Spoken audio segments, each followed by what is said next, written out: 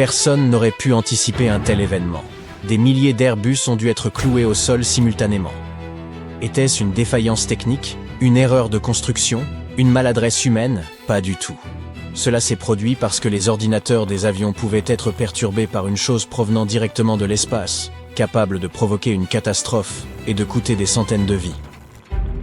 En effet, notre Soleil émet en permanence des particules chargées, comme un puissant vent invisible. De plus, nous subissons sans cesse l'impact de particules encore plus puissantes venues de l'extérieur du système solaire, connues sous le nom de rayons cosmiques. Nous ne les percevons jamais, mais elles sont constamment présentes. La plupart du temps, elles sont inoffensives. Parfois, cependant, le Soleil déclenche une énorme explosion, une tempête solaire, qui peut perturber gravement l'électronique et provoquer ces aurores intensément lumineuses. Face à ce risque, Airbus a procédé à la vérification d'environ 6000 appareils. Près de 5000 d'entre eux ne nécessitaient donc qu'une simple mise à jour logicielle. Cependant, environ 900 avions plus anciens requéraient un ordinateur entièrement neuf. Selon Airbus, les radiations solaires pourraient avoir corrompu des données essentielles au contrôle du vol. Ce problème aurait pu toucher de nombreux A320 déjà en service. Le problème principal réside dans un logiciel chargé de calculer l'altitude de l'avion. Si des particules à haute énergie frappent l'ordinateur au moment inopportun, le matériel peut connaître un dysfonctionnement, lequel se traduit ensuite par une erreur logicielle. En haute altitude, l'air est plus rare et laisse passer plus de particules spatiales. Si l'une d'elles atteint une micropuce, elle peut inverser un bit. Un 0 devient un 1, ou inversement. Cette inversion minime est désignée sous le nom de perturbation par une particule isolée et peut perturber l'électronique. Vous pouvez aisément imaginer les conséquences catastrophiques qu'une erreur d'altitude pourrait entraîner. Les avions Airbus retrouvent enfin leur fonctionnement normal après que l'entreprise a rapidement déployé une correction logicielle, bien plus rapide que prévu. L'alerte elle-même est survenue après qu'un vol JetBlue a rencontré des difficultés en vol, lorsqu'une éruption solaire a peut-être perturbé ses commandes. L'avion, reliant Cancun au New Jersey, a soudain chuté brusquement. La descente fut si rapide que des passagers ont été projetés dans la cabine, certains heurtant le plafond. Environ 15 à 20 personnes ont été hospitalisées. À 14h19, les pilotes ont effectué un atterrissage d'urgence à Tampa, où les équipes médicales sont immédiatement intervenues. JetBlue a retiré l'appareil du service et la FAA enquête désormais sur les causes exactes. Aujourd'hui, nous dépendons beaucoup de l'observation solaire. Des satellites en orbite surveillent en permanence les colères du Soleil et nous alertent avant qu'elles ne posent des problèmes. Heureusement, nous entrons dans une phase plus calme du cycle solaire, mais notre étoile ne s'apaise jamais complètement. Même lorsqu'elle semble tranquille, elle nous envoie sans cesse des particules. Récemment, des scientifiques de plusieurs pays ont identifié dans les cernes d'arbres anciens un pic considérable dans la datation au radiocarbone vers 12 350 avant notre ère, près de la fin de la dernière période glaciaire. Pendant longtemps, il était impossible d'évaluer l'ampleur de ce pic faute de modèles adaptés. Aujourd'hui, grâce à un nouveau modèle combinant climat et chimie, les chercheurs ont déterminé qu'il s'agissait de la plus puissante tempête de particules solaires jamais identifiée, sans équivalent dans les archives. L'équipe a conçu un modèle spécifique, permettant de reproduire le comportement de l'atmosphère pendant les périodes glaciaires et d'étudier les tempêtes solaires anciennes. Testé sur l'événement nouvellement découvert, il s'est révélé encore plus intense que la célèbre tempête de l'an 775, auparavant considérée comme la plus violente. Comparée à une forte tempête de 2005, celle de l'âge glaciaire fut des centaines de fois plus puissante. D'autres tempêtes historiques ont eu lieu. Autour 994 après JC, 663 AVE JC, 5259 AVE JC et 7076 AVD JC. Mais aucune n'atteint cette intensité. Les chercheurs ont également validé le modèle avec du bois vieux d'environ 14 300 ans, trouvé dans les Alpes françaises, confirmant la cohérence de la chronologie. Les tempêtes de particules solaires sont rares, mais lorsqu'elles se produisent, elles bombardent la Terre de particules à haute énergie, modifiant l'atmosphère et laissant des traces visibles dans les cernes des arbres. Même le célèbre événement de Carrington en 1859, qui paralysa les lignes télégraphiques mondiales, relevait d'un type différent d'éruption solaire. Cette découverte se distingue car elle constitue le seul événement extrême de particules solaires connu avant les 12 000 dernières années de climat tempéré. Jusqu'à présent, les scientifiques ne pouvaient rechercher de telles tempêtes que dans cette période récente. Grâce à leur nouveau modèle, les chercheurs ont enfin pu évaluer la véritable intensité de cette ancienne éruption solaire, déterminer le moment précis de son impact et estimer ses effets possibles sur la Terre. Le modèle fonctionne désormais aussi bien pour les périodes chaudes que pour l'ère froide et glaciale qui existait auparavant. C'est une avancée majeure pour l'étude des anciens pics de radiocarbone. L'équipe s'est penchée sur la manière dont les tempêtes de particules solaires peuvent injecter d'importantes quantités de radiocarbone supplémentaires dans l'atmosphère. Normalement, ce carbone se forme lorsque les rayons cosmiques frappent notre Terre. Lors de l'une de ces tempêtes extrêmes, cette quantité augmente brusquement et les arbres l'enregistrent dans leurs anneaux, créant ainsi un horodatage conservé pendant des millénaires. Ces pics, connus sous le nom d'événements de Miyake, ont déjà permis aux scientifiques de dater des colonies vikings en Amérique du Nord et certaines des premières communautés agricoles en Grèce. Cette explosion ancienne fixe une nouvelle limite à la puissance que notre étoile peut atteindre. Et c'est préoccupant. Connaître l'ampleur de l'événement est essentiel.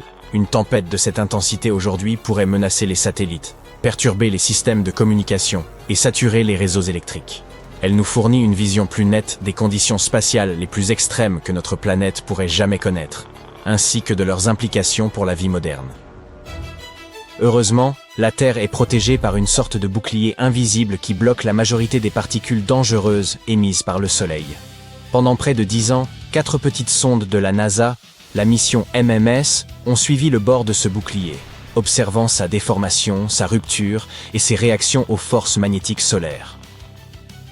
Lors d'un de ces passages, elles ont détecté un phénomène inattendu, une courbure nette et torsadée du champ magnétique terrestre.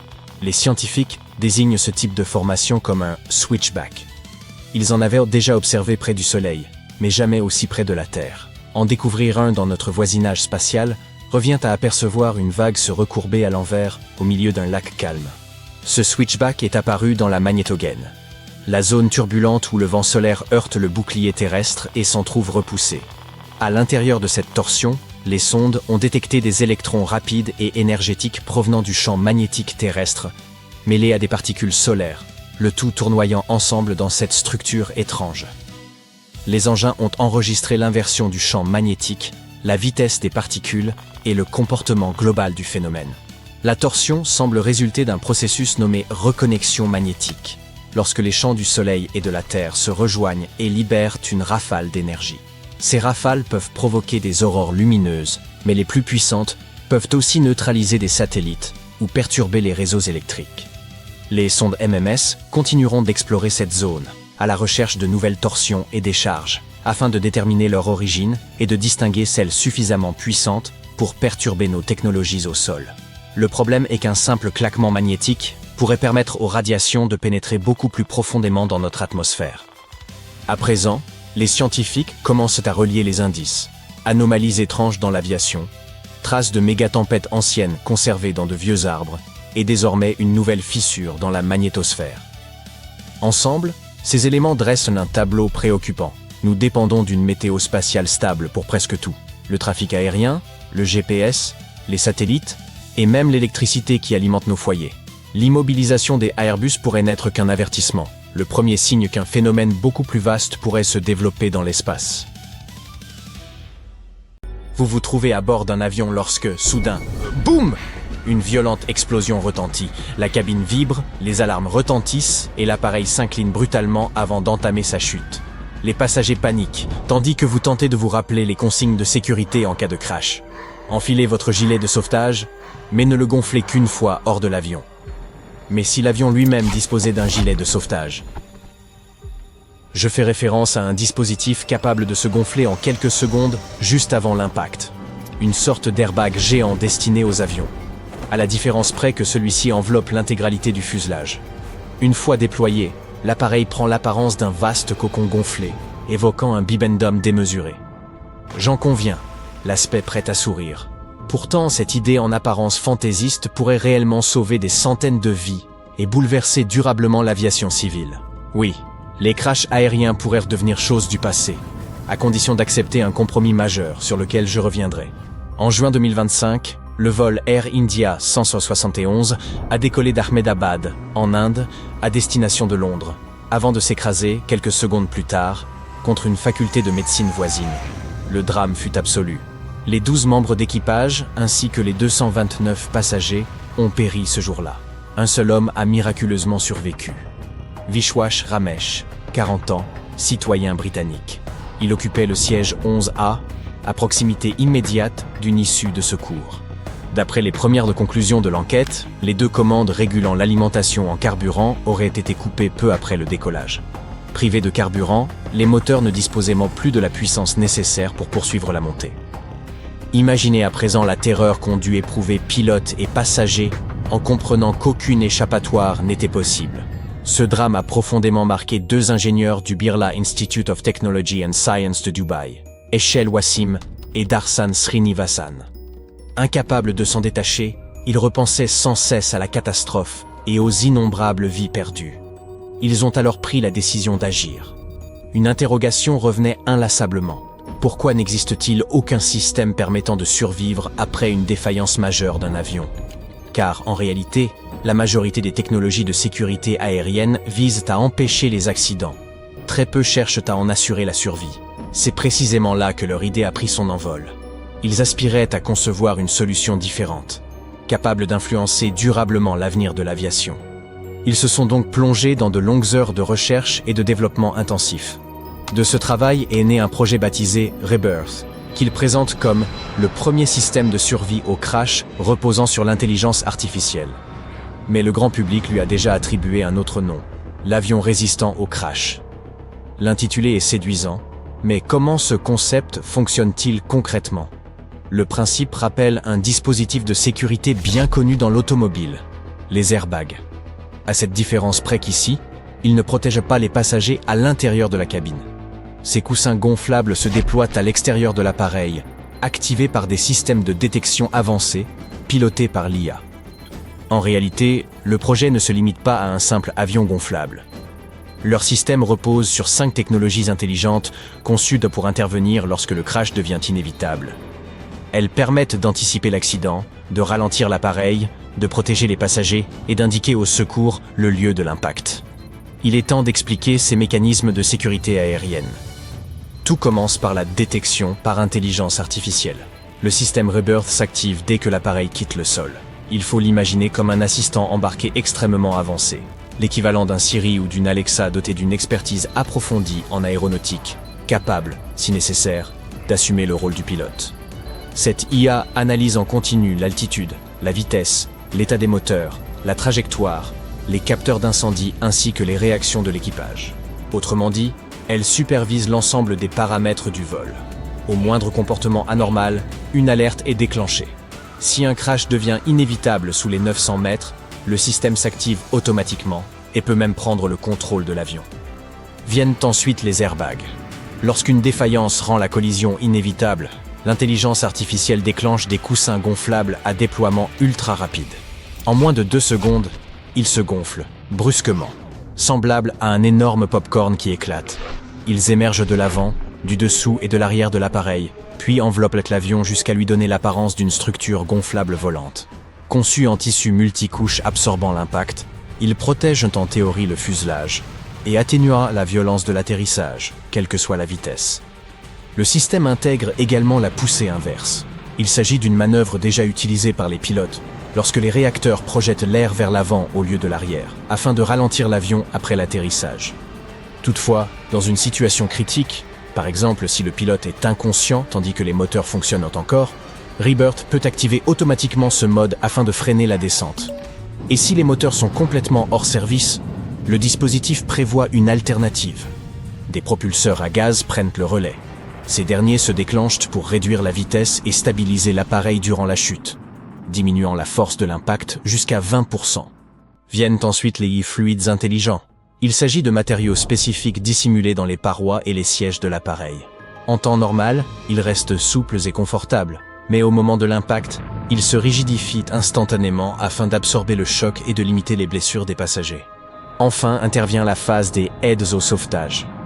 Après l'impact, le système déploie une balise infrarouge, transmet les coordonnées GPS et active des feux clignotants, auquel s'ajoute un revêtement orange vif, afin que les secouristes puissent localiser l'avion et atteindre les survivants sans délai. À ce stade, il ne s'agit encore que d'un prototype, mais particulièrement prometteur. Les simulations indiquent une réduction de la force d'impact supérieure à 60%, ce qui pourrait avoir des conséquences décisives sur la survie. Les données, les modélisations et le concept sont désormais prêts.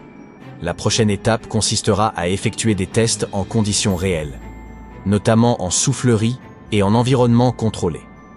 Malgré l'enthousiasme général suscité par cette avancée en matière de sécurité aérienne, certaines réserves demeurent cependant. Vous souvenez-vous du compromis majeur évoqué plus tôt? Le voici. L'ajout d'airbags aux avions entraînerait une augmentation considérable de leur masse. Pour être réellement efficace face aux forces d'impact d'un appareil commercial, ces coussins devraient en effet être de très grande taille, et donc particulièrement lourds. Par ailleurs, des doutes subsistent quant à l'efficacité concrète du système de surveillance par intelligence artificielle. Les spécialistes soulignent que si l'IA peut évaluer la proximité du sol et déterminer le moment opportun pour activer les dispositifs de sécurité, de nombreuses variables en temps réel entrent en jeu lors d'un atterrissage hors infrastructure aéroportuaire. Quant à ces airbags géants, leur intégration aux avions de ligne alourdirait significativement les appareils, ce qui pose un problème de faisabilité. Une telle solution exigerait des avancées majeures en ingénierie aéronautique, et ce pour prévenir un type d'accident susceptible de ne survenir qu'une fois en plusieurs décennies. Il n'est donc pas surprenant que le scepticisme demeure. Il convient aussi de rappeler que les crashs aériens restent extrêmement rares, même si la perception du public suggère parfois le contraire. Sur les réseaux sociaux, certains avancent l'idée d'une recrudescence des accidents, mais les données contredisent cette impression. Les statistiques indiquent une baisse des incidents aériens au cours des 20 dernières années.